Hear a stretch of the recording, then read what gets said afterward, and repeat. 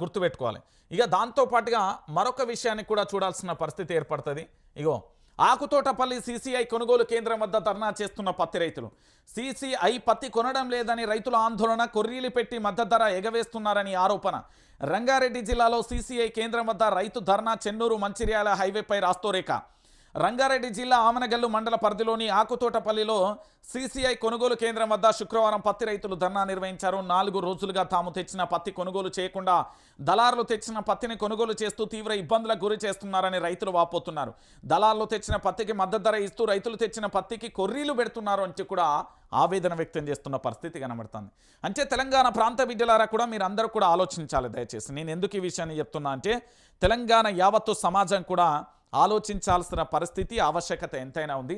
ఈరోజు మీరు ఇక్కడ కనబడుతున్న సీసీఐ పత్తి కొనడం లేదని రైతులు ఆందోళన వ్యక్తం చేస్తున్నారు అని చూసిరు.